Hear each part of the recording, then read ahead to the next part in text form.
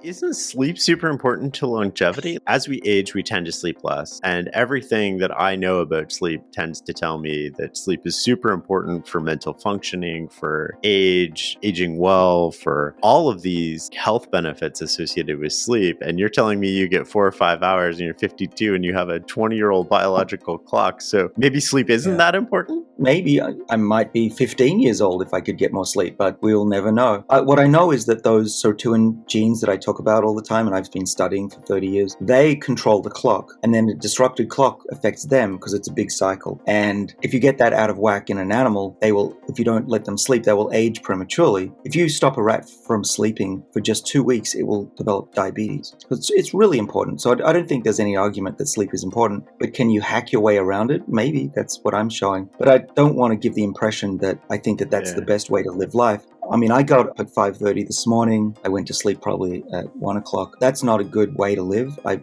am tired. I do find I've got caffeine. I've got my NAD boosters, which do help me get through the day in the morning. But ideally, I would want more sleep. I think I'd have better memory and focus if I did that. There are 2 hacks that I'm doing that allow me to get away with less sleep now. I've included meditation at night into my daily life most days, and that's been very helpful. And the second is that I have a bed that reduces my body temperature in the middle of the night, and I get deeper sleep, which also seems to help. What I normally do would say I get into a coolish bed, and then the next stage is drop me down lower and lower, and then half an hour before waking up, it'll shoot up to as warm as I can handle it. But yeah, I like to drop the temperature down, and I sleep better that way. So coming into this conversation, one of the notions that I had is one of the reasons that we tend to age or accelerate aging as we get older is that we tend to sleep less. And I guess that's not the case, right? Because I always thought, I see this with my parents right now, right? Like they're sleeping less than they used to. And I just assumed that that was part of aging, but also what accelerated our aging. Yeah,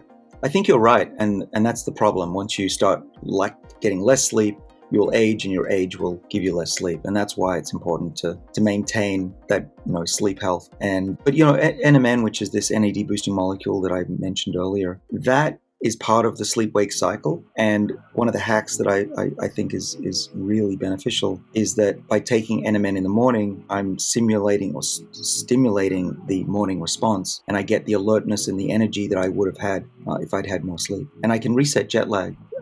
I'm a scientist, so people might say, David, you can't mention anecdotes, but I'm going to do it anyway. I haven't had jet lag for a decade because I've been able to modulate my own body clock by using these chemicals, which, as I mentioned, are activating sirtuins and controlling the clock. Now, most people don't know that, but I think if you have paid attention to the kind of things that I'm saying out there, you would know that it is possible to hack the clock.